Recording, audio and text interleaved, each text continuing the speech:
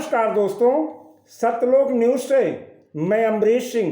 कर्म को ही पूजा मानने वाले भारत देश में वोटों की राजनीति की खातिर चुनावी वादों के रूप में फ्री में खाने की सामग्री से लेकर अन्य वस्तुएं वितरित करने की जो रवायत चल पड़ी है, ये इस बात का साफ संकेत है कि देश का लोकतंत्र मुफ्त के मकर जाल में फंसता जा रहा है, जिसका खामियाजा आने वाले वक्त में देश को चुकाना पड़ सकता है।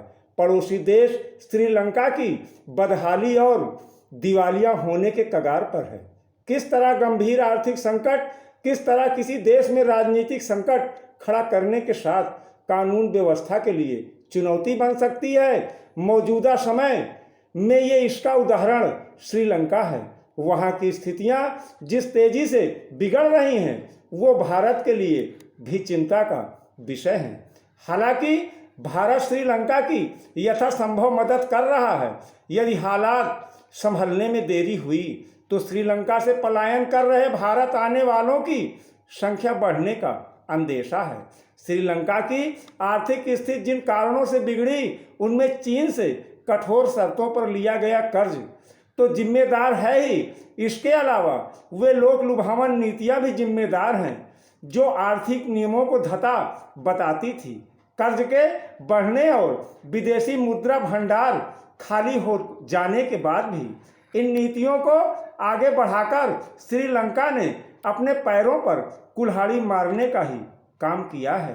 ये ठीक है कि भारत पड़ोसी देश के हालात पर नज़र रखे हुए है, लेकिन ये केवल इतना पर्याप्त नहीं है। इसी के साथ ही उन कारणों पर भी ध्यान देने की आवश्यकता है जिनके चलते श्रीलंका गहरे संकट में धंस गया, जिसको लेकर शीर्ष अधिकारी ने प्रधानमंत्री को अपडेट किया। नौकरशाहों ने विधानसभा चुनावों के दौरान राजनीतिक दलों द्वारा घोषित लोक लुभावन योजनाओं और राज्यों में इस प्रवृत्ति पर नियंत्रण नहीं किया, तो ऐसे में नकदी खाद्य संकट जैसी स्थिति में श्रीलंका और ग्रीस के रास्ते पर जा सकते हैं। हालांकि पीएम नरेंद्र मोदी के साथ बैठक में सचिवों ने कई राज्यों में घोषणाएं एवं योजनाएं आर्थिक रूप से अस्थिर हैं। उन्हें राजनीतिक जरूरतों के साथ साथ संतुलित निर्णय लेने के लिए राजी करने की आवश्यकता है। केंद्र में आने से पहले राज्यों में महत्वपूर्ण पद पर रहने वाले सचिवों ने आगाह किया था कि कई राज्यों की वित्तीय स्थिति बेहद खराब थी। अगर वे संघ का हिस्सा नहीं होते तो उनका पतन हो गया होता। प्रधानमंत्री मोदी ने 7 लोक कल्याणकारी मार्ग स्थित अपने आवास पर सभी विभागों के सचिवों के साथ लंबी बैठक की है।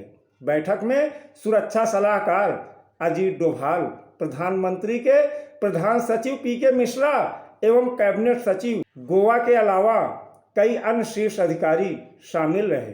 पंजाब, दिल्ली, तेलंगाना, आंध्र प्रदेश और पश्चिम बंगाल जैसे राज्य सरकारों की कुछ घोषणाएं टिकाऊ नहीं हैं।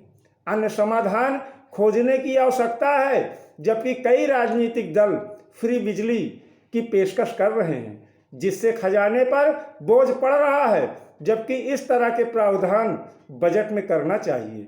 अधिकारियों ने कहा, राजनीतिक दलों द्वारा हर चुनाव से पहले मुफ्त उपहार देने की होड़ का चलन लंबे समय में राज्य और केंद्र के वित्त पर खासा असर डालेगा। अधिकारियों ने बताया, पीएम ने सचिवों से गरीबी उन्मूलन के लिए हर संभव कदम उठाने और शासन पर विचारों के साथ आने का आग्रह किया। इन अधिकारियों को राज्य सरकारों और केंद्र में भी व्यापक अनुभव है। धन्यवाद।